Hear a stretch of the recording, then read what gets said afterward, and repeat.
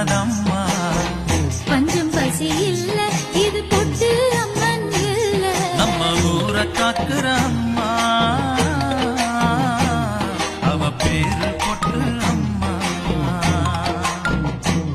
நம்ம ஊரை காக்கிற அம்மா, அவ பேரு பொட்டு அம்மா. நம்ம ஊரை காக்கிற அம்மா, அவ